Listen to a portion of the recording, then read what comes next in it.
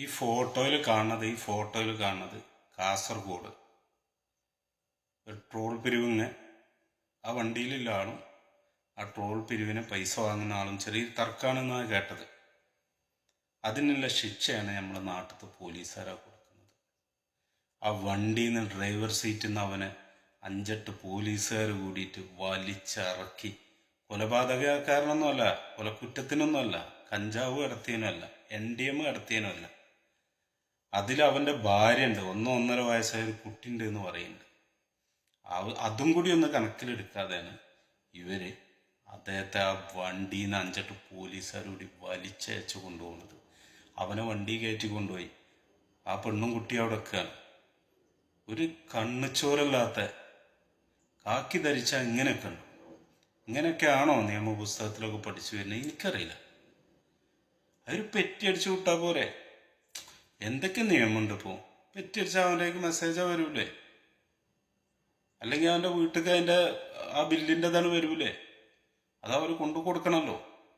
അവൻ പോയി കോടതിയിൽ അടക്കൂലോ. ഇപ്പോൾ നേരെ മറിച്ച് നമ്മളെ നാടിൻ്റെ ഭംഗി കാണണമെങ്കിൽ ഫ്ലൈറ്റിൽ പോകണം, എന്നിട്ട് ഇങ്ങനെ താഴത്തേക്ക് നോക്കണം, ഒന്നാണ്ട് അടുപ്പിച്ച് താത്തിയിട്ട് ആ പച്ചപ്പും കാര്യങ്ങളൊക്കെ നല്ല ഭംഗിയാണ് കാണുന്നത് അല്ലേ? എന്നാൽ നാട്ടിലെ ഏറ്റവും മോശത്തരങ്ങൾ കാണണമെങ്കിലും വിദേശത്ത് നിൽക്കുന്നതാണ്. കാരണം നമുക്ക് അതേ കാരം പണി, ഫോണിലിങ്ങനെ കളിച്ചിരിക്കുക. നമ്മളെ നാട്ടിലത്തെ പോലെ ആവില്ല. അതുകൊണ്ട് നമ്മളെ നാട്ടിലത്തെ എല്ലാ തമ്മാടിത്തരങ്ങളും നമുക്ക് കാണാൻ കഴിയും. എന്ത് വൃത്തികേടാണ് കാട്ടുന്നല്ലേ? ഇതൊക്കെയാണോ നിയമപുസ്തകത്തിലുള്ളത്? എന്താ അറിയില്ല. അവനെ വലിച്ചയച്ചു കൊണ്ടുപോകണ 5-8 പോലീസുകാരോടി ആ വണ്ടിയിൽ നിന്ന് ഇറങ്ങണ വീഡിയോ ഒക്കെ കാണും. എന്ത് വൃത്തികേടാ കാട്ടണല്ലേ?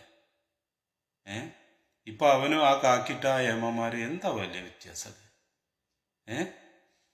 ഇപ്പൊ സംഭവം എന്താ വെച്ചാല്, ഇതിപ്പോ ഒരു കഞ്ചാവ് കടത്തിയവനോ അല്ലെങ്കിൽ വല്ല കൊലപാതകയോ അല്ലെങ്കിൽ വല്ല പെണ്ണ് കേസപ്പെട്ടവനാണ് ഇവരെന്നെ ഈ കാക്കിട്ട ഇവരെന്നെ അവന്റെ മുഖമൊക്കെ മറച്ച് എന്തോ ഒരു സെറ്റപ്പിലാ കൊണ്ടുപോകാല്ലേ.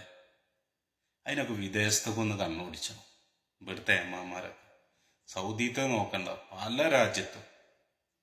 ഇവിടൊക്കെ എന്താ വെച്ചാല് നമ്മളിനി ഏത് വെയിലായിക്കോട്ടെ മഴയായിക്കോട്ടെ നമ്മളടുത്തേക്കാണ് വരികയാണത്.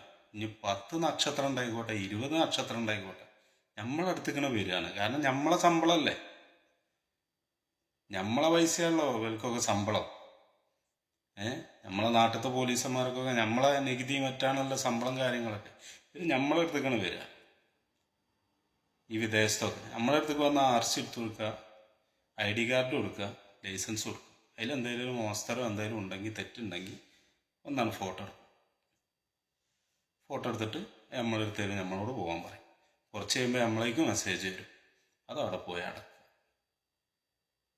ഇവിടെ മാത്രമല്ല എല്ലാ രാജ്യത്തും നമ്മളെ നാട്ടിൽ വലിച്ചയച്ചു കൊണ്ടുപോയി ചെറിക്കടിച്ചിട്ടും വൃത്തികേടായി പോയി. ആകെ ഈ 8-9 കൊല്ലം കൊണ്ടാണ് നാടാണ് കൂട്ടിച്ചോറായില്ലേ.